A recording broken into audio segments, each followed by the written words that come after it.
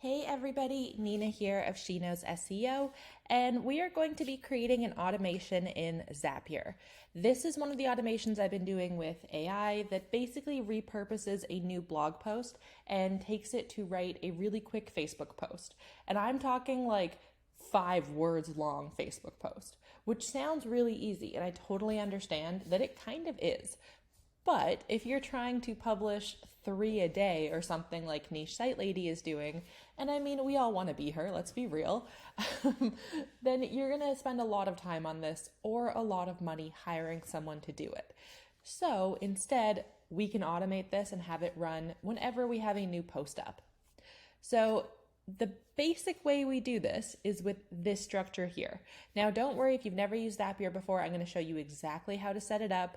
I really wanted to try to give out a template of this, but Zapier decided we're not going to allow you to do that because every time I've tried, that template has broken. So instead, we're going to learn how to do it together. So to start, you do need to have a paid Zap plan for this because it is like a multi-level one. So if you have the free plan, it'll only let you do like the first 2 steps we're doing. So you're going to have to pay for this. I don't remember all the pricing, but just pick a plan. The lowest level plan will let you do this. So I'm going to quickly edit the Zap just that way we can click into it. So the first thing you're going to do is select an RSS feed. Now it just names them different things, but it's just the RSS feed one.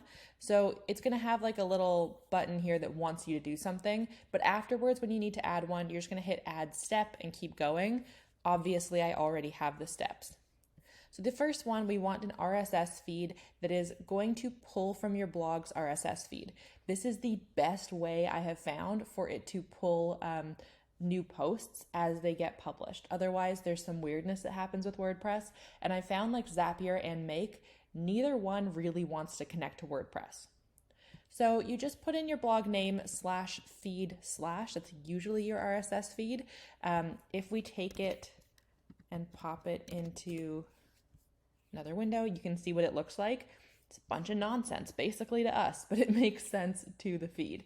So if yours doesn't populate this, contact your blog host and ask them if they can find it for you. Basically every WordPress site I've ever seen, unless someone changed it manually, it's feed. So that should be easy. Now you don't need a username and password unless you have password protected your feed, which would be kind of weird. I don't know anyone who's done that. So we're just going to leave that alone. And then here we want different URL is what's going to trigger an action. So when it identifies a new piece of content in your blog's feed, it's going to then send something to you. You can then test this. So you can see I've done it a couple times. One of the new posts on my site is these are the best examples of travel blog niches in 2023. And it pulls all this information. We basically just need to make sure that the title is something that we understand so we can kind of track the rest going forward. Then you're just going to continue. Now the next thing you need is the web parser. So web parser, it is built into Zapier. The first 3 that we're using are all based in Zapier. So this is what it looks like over here. And then what we want is to parse a web page. That's the only option we have. Now we need to give it a URL for it to read. So we need that link from the past one. So anytime you click into this box, it's going to give you the option of anything, like any of the steps ahead, or I guess behind, I don't know, above, whatever, however you want to visualize this, the step preceding it. So you can just click link and it's going to auto-populate this. That way, every time it identifies that new link, it's going to change this out for you. So you don't have to worry about like writing in like sheknowsseo.co/ whatever the URL for this one was. I don't remember. I think it's travel blog examples. I don't know. But then it's only going to do it for that one URL ever. Nope, we want this to happen automatically every single time. So you just pop this in there and you're good to go. Now we want it in markdown format. If you do it in anything else, you're then going to have to add an extra text formatter that is going to convert it to markdown. And we already have to do some text formatting, so let's save ourselves a step. So we do markdown. That is the language basically that WordPress is based on, like with headers and things like that. It kind of uses like a hashtag method. You don't need to know more about that, so it's fine. Now, I do not want it to continue on failure, so I put false. I do not want, if it can't figure out this link and convert it, for it to publish random nonsense. That's not helpful. And now again, here you can run it so you can see all of the information it pulled, and you can see it turns bolded stuff into like the 2 asterisks. I'm gonna see if I can find, don't actually know where I have headers. You can see it formats links. Yeah, I don't know which ones are headers, but it pulls all the information. That's what matters. We don't really care about it, to be honest. Next, we need formatter by Zapier. So you're going to pull up the formatter, and we want a text event. So what we're looking for is it's trying to find text and then adjust it for us. So then for our action, we want truncate. So most of us have some form of text ahead of the blog post because it's reading the whole page. And so that means it's reading our affiliate disclaimer, it's reading the like your blog's name, your menu bar, all that stuff. We don't want it to write a like engaging clickbaity kind of thing about that. That wouldn't make any sense. It's not about our actual article. So what I did is when I was up here and I saw the content it gave me, I literally just copied this section, and then I used a free plugin called Word Counter Plus. It's just a Chrome extension. I call everything a plugin, I'm realizing, but you can just take this and pop it into like Microsoft Word or a Google Doc. And what you want to do is figure out how many characters long is this, because we want to ignore these characters. So that's going to be important. Now I figured out it was about 300 for me. So you can see here, I say skip characters, we're skipping 300. That way we just do not care about that. Now over here, we have a max length of 1,000, which seems really long. And if anyone has used the OpenAI API, you're going to be like, Nina, you're wasting all my credits. No. That's 1,000 characters, not words. So it's just characters, not super long. Now for the input, I know I did this backwards, guys. For the input, we're going to put in that content that I was showing you before. So you can see if I hover over it, it actually shows you all of the piece of content that it pulled up to a point. We don't need to like give ChatGPT every single word of this post. Usually your intro is enough to kind of help it figure out what the post is about. That way it can actually write a piece of content about the post for you. So we're going to take content, we're going to skip that first nonsense, and then we're going to have it basically cut this down to only be 1,000 characters long. Then we're going to continue, and that's all we're going to do. So you can see it gives us some output. It has taken away the stuff at the beginning, and it's just given us actual pieces of content here. Now this is the important part. We're going to start using AI. So you need to have an OpenAI API account. It is not expensive at all, honestly, but you will be paying per credit. So that's why, like before, when I said we need to be careful about how many words we're using, that's why. You just don't want to spend a bunch of extra money for no reason. Unlike ChatGPT's model where it's just like $20 a month, this is per usage, per like token you use essentially. So be a bit careful with that. I mean, if you're trying to run this 1,000 times a day, that might be too much. I'm not sure. But I guess to me still, it's like if I compare that to paying a person to do it, it is still a lot cheaper. So the event that we want, there's a whole bunch here. You got to scroll down to send prompt. So we're going to send a prompt to ChatGPT essentially. You're going to plug in your OpenAI account. And then this is where a lot of technical stuff happens. So just follow along with me, guys. It's not super complicated now that I can explain it to you. If you try to do it yourself, it took me a long time at least. Maybe you're better at it than I am. So I did the Text DaVinci 003 at Zapier's recommendation, and then I went, what do they know? So I tried a bunch of the other ones. No, it is the best. It genuinely is. They were right. So used Text DaVinci 003. Oops, that's not what I meant to do. Get out of the way. So we want model, and then that's going to show you the options for things that you can pull. You can see there's a lot. So just like go to the Text DaVinci. It's what you want. Then we're going to feed it a prompt. So this is a prompt that I've developed that works very well with ChatGPT for this purpose. And I'm going to call it ChatGPT because I think saying OpenAI is just like not as fun. So we're going to go with it. So it's please create one short Facebook post style sentence for promoting a blog post about, And then that's where we're going to click, and we're going to go back to the very first new item in feed in RSS by Zapier, and we're going to pull the exact title. So I have tried this where I just pulled the title, and I would say it does a decent job. That being said, it really depends on the title. And sometimes when your title is built for something like Google Discover or something, it's not as solid. I also found when it was for like affiliate posts where it didn't fully understand, like if I just told it to write about like the best AI writers, it doesn't understand what the purpose was maybe, or like the technicalities of it, or who my niche audience is. And it just kind of caused some problems. So for me, to get the best output, I think it's worth it to add the other steps we had. Technically, you could probably do this and get decent results, not great results, just by just doing the title. Then we're going to say the style should be engaging and descriptive to encourage clicks without using rhymes, colons, or hyphens. For example, and then I put two examples in here for you guys. How did I come up with this prompt? I started doing this manually with ChatGPT. I guess not really manually, but like just me and ChatGPT for a while. And then I said, okay, we figured out the style. You understand this now. What prompt would I give you to create these outputs?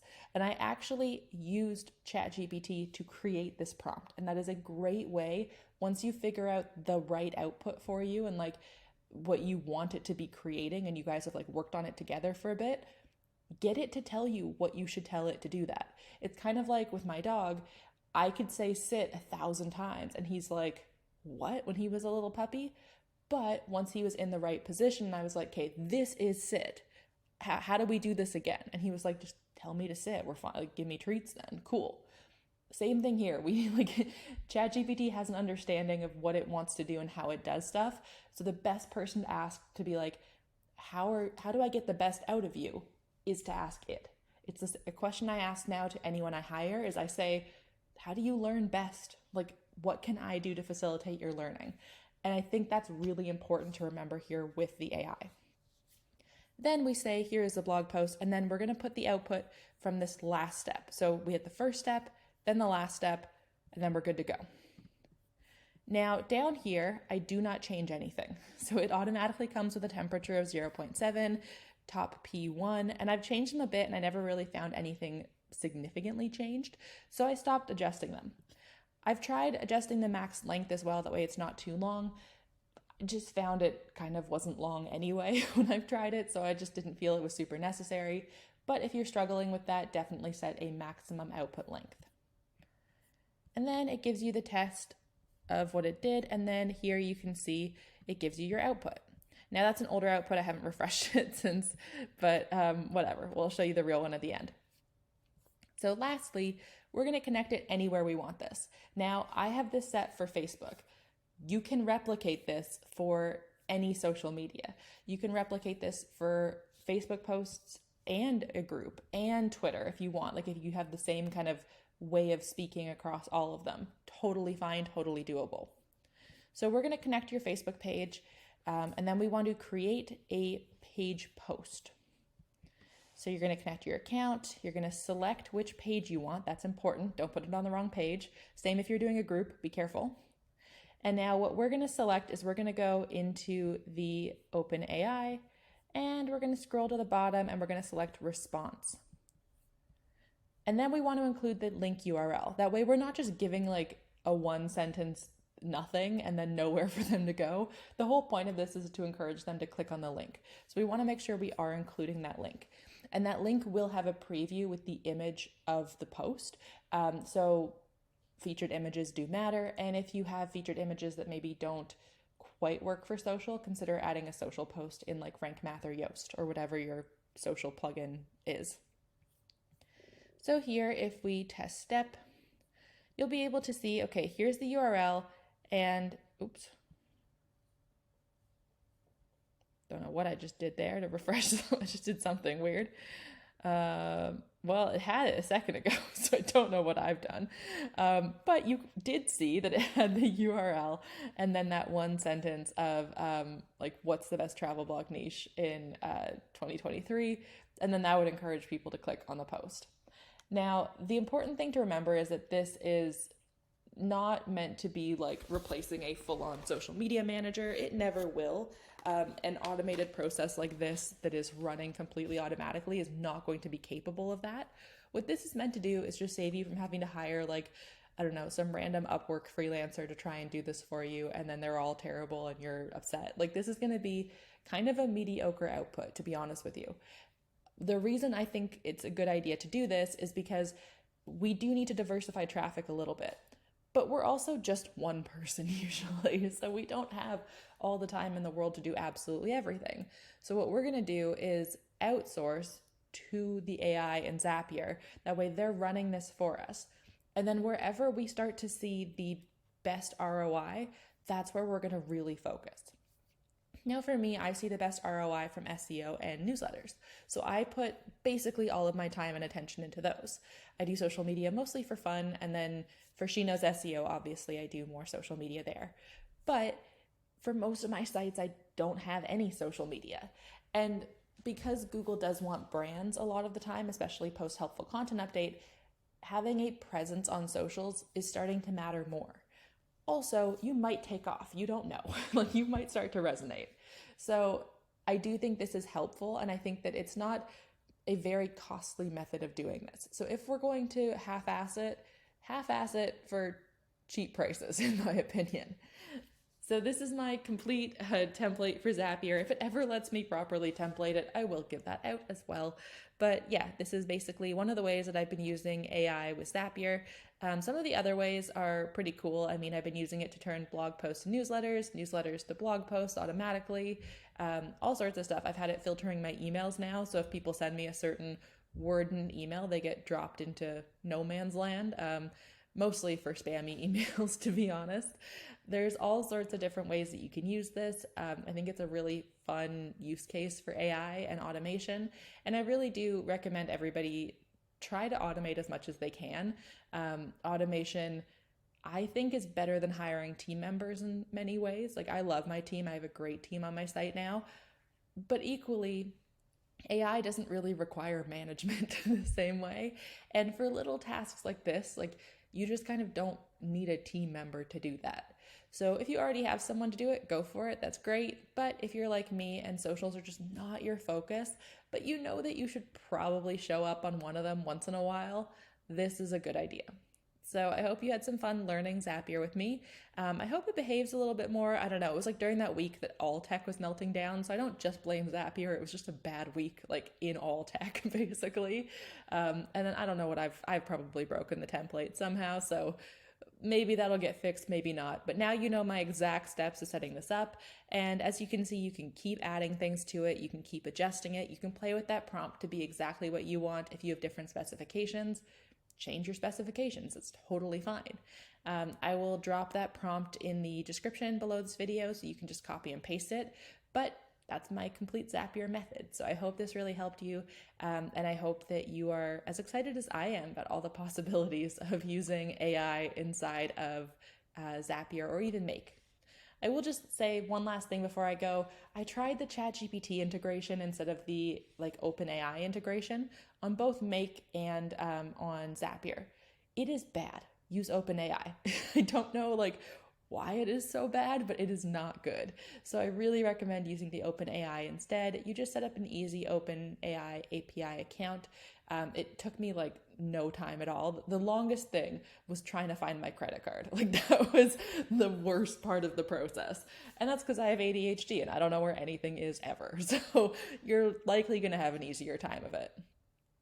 But the integration of setting it up inside of Zapier is very, very simple beyond that. So once you basically have a credit card on file so they can charge you down the line, and you can set a maximum charge, don't worry, then you're sorted. Okay, I hope you had lots of fun with this. And yeah, please share any of your fun Zapier automations, whether or not they include AI. I am newer to Zapier. I've been using Make for a while. So I am always excited at the new opportunities I find and the cool things that you can do with it. Okay, have an epic day, and I'll see y'all soon. And if you want to learn any more about AI, I have other videos on my channel about AI. I also teach about AI at sheknowsseo.co/everything, which has everything I sell.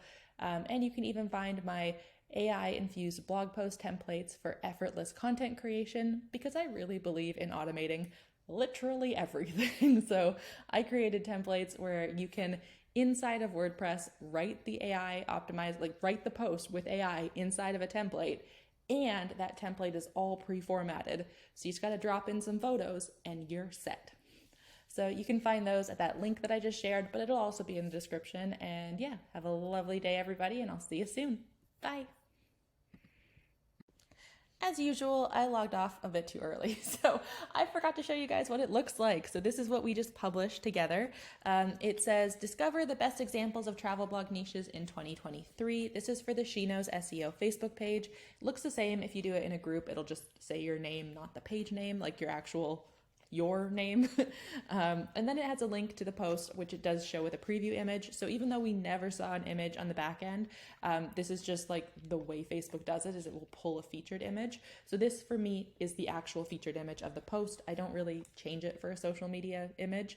But when I create these images, I do it with Google Discover. Like this is an AI image. So I do it with Google Discover in mind, with like social media in mind, because most other people aren't seeing it. And then of course it'll also be on my site, but tends to be similar principles that work across the board. So this is what it'll look like to have your output. If you want changes to it, like if you do want it to say something different, if you want it to say something like check it out or click here, add that into the prompt and then you'll be set. So really it does take some playing around to figure out what exactly works for you, but this has worked well for me. And this is something that I've been doing on my travel sites that has been going decently well. I will say, don't have a huge following on the Facebook pages, but it does enough to just show that like I'm here, I'm out there. And for any of my sites with Facebook groups, especially the ones that like I just don't really post in, this is a way that I make sure that I am kind of posting, even though I'm not really paying attention. So I hope you guys make use of this, and I cannot wait to start seeing everybody on all the socials doing all the things. Okay, bye.